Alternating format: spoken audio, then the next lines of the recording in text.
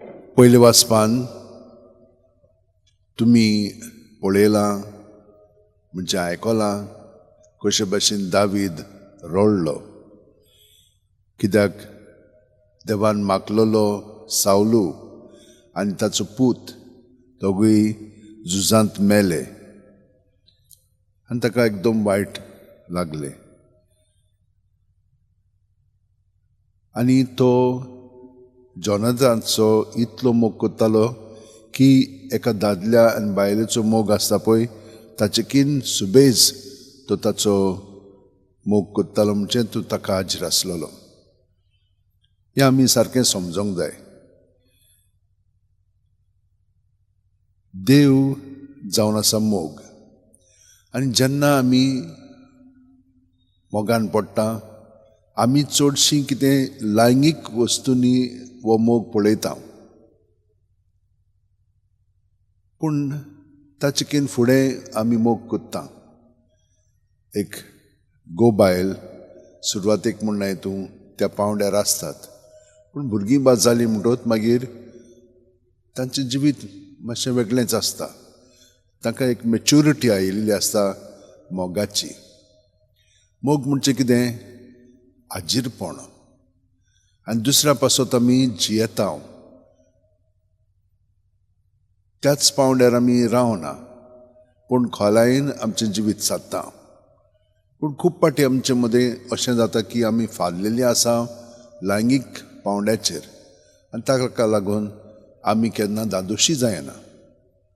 पूण जेन्ना आमी देवा सोबें आमचें जिवीत सादता तेन्ना खरेपणी आमी जसो देव आमचो मोग करता त्या सारकी आमी करूंक लागता. आनी जेजून आमकां हें सांगलां, जसो हांवें तुमचो मोग केला तसो तुमी एकामेकाचो करूंक जाय. म्हणजे कितें?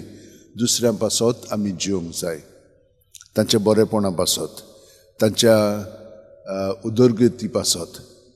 आनी हे भाशेन आमी जियेलीं म्हणटत मागीर आमी देवाक महिमा हाडटा आनी एकामेकाची खरी देवान आमकां शिकयलां त्या प्रमाणे सेवा चाकरी करूंक लागता. आनी जेजू हे भाशेन कोत्तालो, तो सगळ्या लोकांक पावतालो, ताका वेळ पर्यंत नासतालो जेवपाक वो न्हिदपाक पर्यंत, आनी तांची घरचीं ताका समजना जालीं. आनी हे भाशेन जातोलें जितली आमची खोलाय जेजू सोबें ओदीक ओदीक वाडोंक लागतली. दुसरी घडीक आमकां समजूंची ना, पूण त्या वेळार आमी हे सगळे जे अणभव आमी अणभवता दुसरी आमकां समजोन घेना ते आमी जेजू सोबें धरून तो आमकां गोठाय दितलो फुडें पावलां मारच्याक ताचे सोबें आनी ताचे बरोबर. तर म्हजे भयणीनो आनी भावनो, आयज आमी सगळ्यां पासत मागया, तुमचे पासत, कित्याक आमकां अदृश्य खूब त्रास दिता. आमी मागण्याची मनशां, तरी पूण तो आमकां सोडिना. आनिकूय खोलायेन आमचें मागणें करून देवाचेरूच पात येवन आमचें जिवीत सारूंक जाय. आमी हे बरी आमच्या भावा पासत मागया जो आपल्या जल्माचो दीस संभ्रमता. ताका देवान राखचो आनी सांबाळचो आनी ताच्या घराबाकूय सगळें बरेपण फावो करचें. तर आमी तोमे पासत मागया. सगळीं जाणां आमच्या हात शेवटेन धरया, दोळे बंद करया आनी प्रत्येक सुस्कारांत जेजू आमचे कुडींत मनांत ओतम्यान पांयांची बोट आसा ती सुद्दां तकली मेरेन भरोन येता. म्हणजे आमचें आख्खें आंग, कूड, मन, ओत्मो जेजून भरोन आयिल्लो आसा. हें आमी जाणो जावया, हें सोत मानया.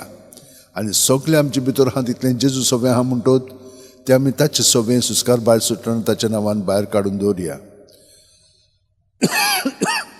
आनी ही सोय करून घेतली की ना भितरल्यान आमी स्वतंत्र जायत वेतल्या आनी जेजू जो आमचे भितर आसा ताचें जिवीत ओदीक आमी आमच्या उतरांनी कोन्यांनी आनी चालींतल्यान दुसऱ्यांक अणभवंक तें दितले हांव आमचे सेवे चाकरींतल्यान आनी आमच्या बऱ्या अणभवांतल्यान आनी संबंदांतल्यान.